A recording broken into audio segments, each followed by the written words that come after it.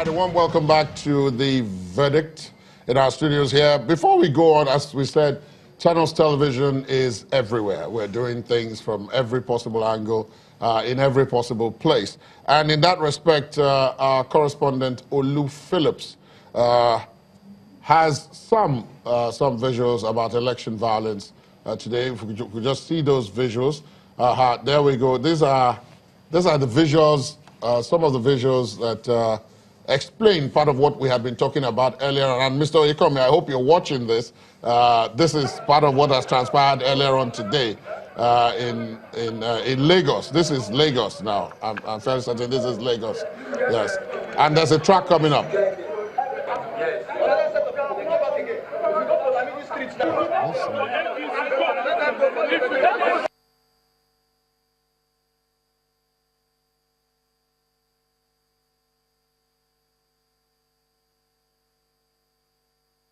While we're recording some level of progress in other parts of Lagos, on the island and some highbrow area, we're also witnessing something that's not much pleasant as far as the voters are concerned. If you look directly straight to my right, you will see a completely destroyed system of electoral process. And if you film closely, you also see that some ballot boxes, ballot papers have been printed already, and we understand that some hoodlums came in here, tried to set it on fire, tried to destroy it, and now we don't have the electoral officials here. We do not have any security members here, but I'll take you straight to talk to those who were here when it all happened, because we understand that this number of people you are seeing have all been disenfranchised from voting. Can I talk to you, sir? Can you tell us exactly what time this all started and what happened in quick seconds? Okay, good afternoon. We are here this morning. We came out in numbers to cast our votes, but we experienced a situation. Some group of boys came out to intimidate us in their crusade, saying, if you don't vote for APC, you will die. If you don't vote to APC, you'll be relocated to the east. And we said, you cannot be more political than Mr. President himself. Mr. President has encouraged everybody to come out and cast your vote to any candidate of your choice. So why all this? At a time, the policemen came and made some arrests. We had a relative pace. We started casting our votes. At a time, these boys regrouped and they came back again. And that time, I was on phone with the DPO area, DPO Commander Okota here. I said, Madam, these boys are here again. Call these people to come and give us security. We need security here. Before I could finish, they came and went to the place the vote is being casted, unturned the table, opened the ballot box, and set everything on fire. This is my polling booth over there, 018. Immediately they finished, they came over here. And the information we had is that the man leading this squad is a man that had a gas station along this road now. He's a very known person. I don't know him personally, but information we can gather now is that the man is a known person. He has a filling station. They say he's an Alhaji. I don't know him. And they have disenfranchised us. So we are not happy with this. We are disgruntled. We are calling on INEC to cancel this election on this area. Reschedule election for us to cast our vote. Our votes must be counted. We must vote. We must vote. We also have a problem with the security officials. They came here and withdrew their personnel. And they left someone who had no arms. If we are civilians, we don't have arms, and they as well, they don't have arms. Who's supposed to be protecting who? Only one man. Who's supposed to be protecting you? So we actually think this is a combined effort. Yes. It was not just, it didn't just happen. Okay, let me ask this, something very curious. And this is my polling unit. Yeah, do we have a situation where votes have been counted already? No. Votes have not been counted. We are still, excuse me, we were still on printing. Where are the INEC officials right now? They fled. But what we found out when they broke the box, because those people broke the box, what we found out was that out of every 100, we had most of them were PDP. We just had only one APC member. So this is a PDP stronghold. This is a PDP stronghold. There's a problem somewhere. Can we have a rerun? Can we have a rerun? So what are you people asking for? A rerun. What we want here is that let INEC come to Okota Agbo Palace, we'll let them come here and come and give us our rights. This is our 4 years our right, and we cannot allow any hoodlum, any tout to come here to come and frustrate us, and this is our right. And what we want INEC to do yesterday, let them come back to this Agbo Palace for Okota and come and do elections. INEC, over to you. Find out what can happen here, and quickly so that this number of people will exercise their franchise. From Babewe bus stop here on Agbo Palace Way, Olu Phillips, Channels Television News.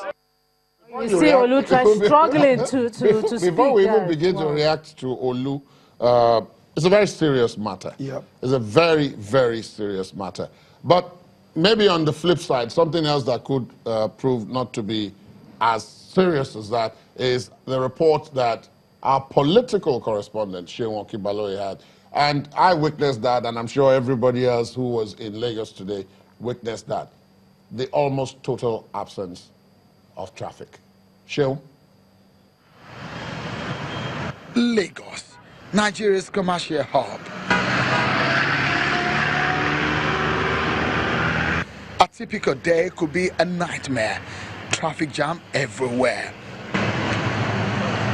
And a bad day could force commuters to go buy food as far as their legs can take them.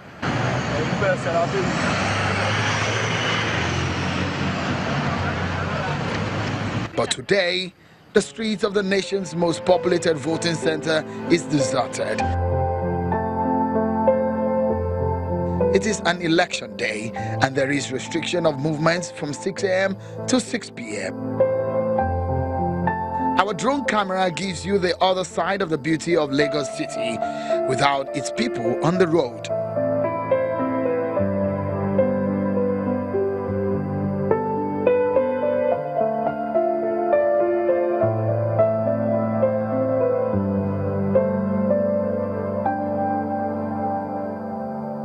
This is the popular Maryland roundabout in the heart of Lagos.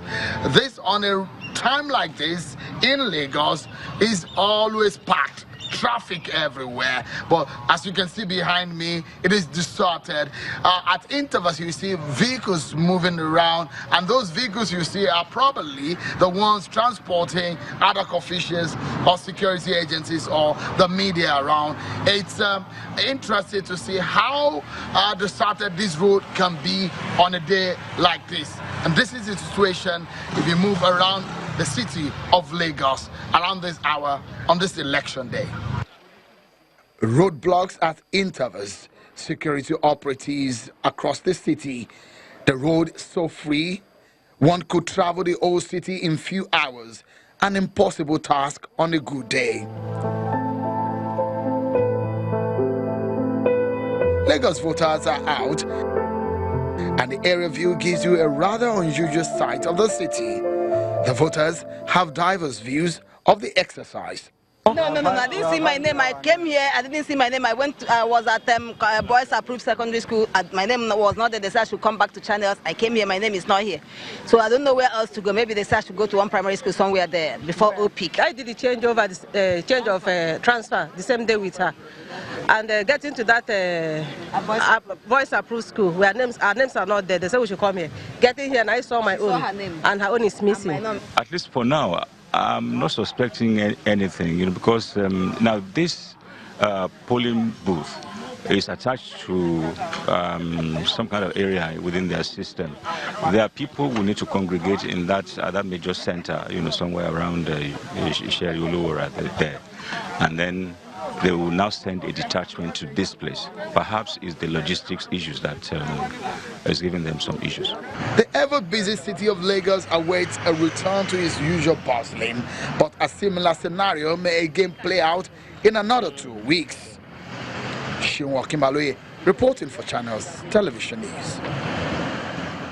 Like everything else, yes, like everything else we'll be reporting today, it's a mixed bag. On one hand, in the same Lagos, episodes of violence.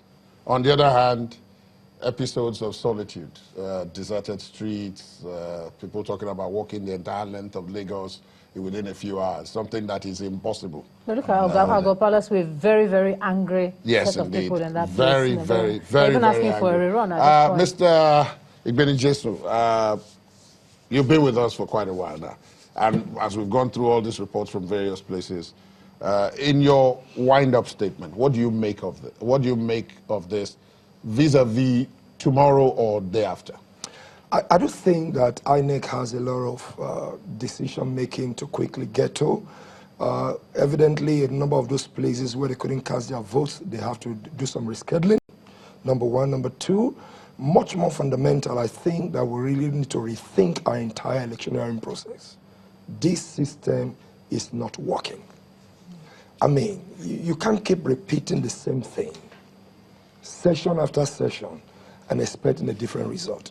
One of the conclusions we got from some of your snippets is that the theater of violence is expanding. And it's expanding despite the increase in the appeals from international organizations, local and regional organizations for peace, for calm, and all of that. As a matter of fact, possibly next only to 2015 election, I've never seen an election we've had such as this, where the appeal for calm has been this intense and consistent. But look at what is happening. And remember, this is just the presidential. The gubernatorial is still coming. And oftentimes, that can be very hot. So my take is, can we be sincere and look at the entire architecture that we need to put together as a nation to ensure that our electioneering process is better delivered? There's so much to talk about. For instance, I do think that it is evident to all that covering the entire span of this nation is going to be very difficult. I mean, I do subscribe to the fact that INEC has done their best, even though I also agree that their best is not good enough for me personally. Yeah, because with all the time to prepare, I certainly believe we could have had more. But again, we don't have enough security personnel to go around. Electoral materials are not delivered on time. All kinds of challenges. So here is my take. I think we need to have a national discourse that will throw up better options on how we can conduct our elections. That's going to mean a lot. We need to look at how we gather information, national discourse, our national data. Like a national conference. So well, not exactly. I mean, there are many other means through which that can be done. Yes. For instance, if we have data, I'm a Nigerian. I have my driver's license number, I have my BVN, I have my national ID number, and I have my electoral number. 4. It shows that we have a problem. If we can coalesce our identification system into one or two, as is done in modern societies, that creates a platform through which everybody can be properly noted after a proper enumeration. And then we can have some digital form of voting that can eliminate these incredible bottlenecks and challenges that keep reoccurring year in, year out. Let me thank you so much for joining us, Mr. Philip Igbeni-Jesu. So much. Has been a pleasure having you with us on this coverage of the verdict. And as we thank him, we're going straight to Kano, where Idris Jibrin is standing by to give us an update from the ancient city. Idris?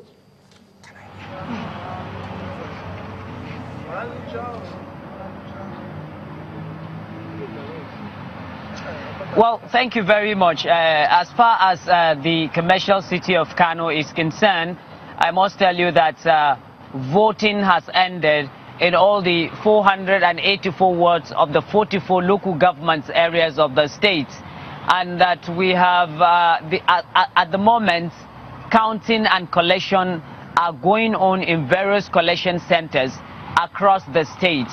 And more importantly, so far from what we heard from the police command, we have not had any incidences of violence or ballot box snatching and other electoral malpractices or violences across the state. So the election has been conducted peacefully. That's on the aspect of the presidential elections. Now, on the aspect of National Assembly's election, also the collection and counting is still ongoing in various collection centers as we speak to you in the commercial city of Kano. And it is expected that the results of these elections will subsequently be announced in various federal constituencies and senatorial districts across the commercial city of Kano. So in total, generally, from what we've seen today, we have visited so many places, including the hometown of the state governor where he voted. We have not seen any incidences of violence or any situation or any cases of electoral malpractices. It's been actually peaceful, and there is no any problem in Kano State. But we will also continue to monitor some of these collection centers that are currently operating to make sure that things are actually moving in order. Much Idris Jibrin from the ancient city of Kano. Good news from there, voting has been concluded in Kano. Right. The state with the second highest voting population for this election. And so, time to go to Jide, another numbers man. Jide Ogunso. Good evening, laddie. Hi, how are you? Hello, Jide. Mirror, mirror on the wall. Who will win this general elections? Who knows? That's why you are here. Thank God I'm not on the wall and I'm not a mirror. So interestingly, the elections have been concluded in a lot of places, but Nigerians want to know, what does history tell us? What can we deduce from the present, and what does the future look like? So let's quickly look at how to determine who will become the next president. And from history, we've seen that the incumbent will be the fourth president that will be attempting to win his rerun. But let's look at the pattern and the secret of winning the rerun. First, Shehu Shagari did it in 1983. How did he do it? In his first election, he scored 5.6 million votes. In his rerun, he scored 6 million votes more than what he scored in his first election, and he won 12 million votes. Again, Obasanjo scored 18.7 million votes in 1999. How did he win his rerun? He scored, again, 6 million votes more than what he scored in 1999. So in 2003, he had 24 million votes. Again, the trick, you need to score more votes than you scored in your first election. Let's look at what happened to former President Goodluck Jonathan. His first election in 2011, he scored 22.4 million votes. But then what happened in 2015? He scored only 12.8 million votes. Again, he didn't follow the pattern of the two previous presidents that scored more votes in their rerun compared to their first election. So the question is, Nyota, President Muhammadu Buhari scored 15.4 million votes in 2014. Going by history, he needs to score more votes in this election to be cleared. Going by history. That is going by history. But again, there's no certainty if it will win or if it wouldn't win. But here's what we need to, and what Nigerians really need to focus on, and those are the 10 big states that in all these elections, the incumbent always wins.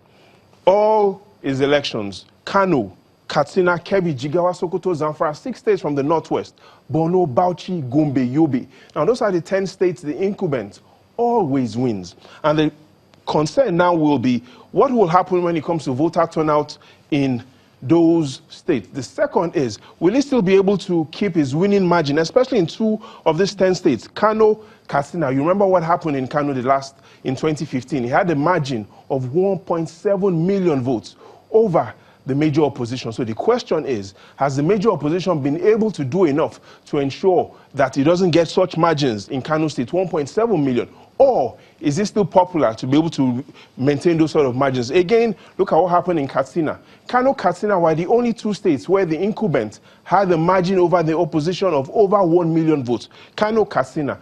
Kano, he had a margin of 1.7 million votes. Katsina, he had a margin of 1.2 million votes. So even though we keep an eye on voter turnout in these 10 states, we want to also focus on what will happen in Kano and Katsina this time around. Then again, here's why all opposition parties are excited.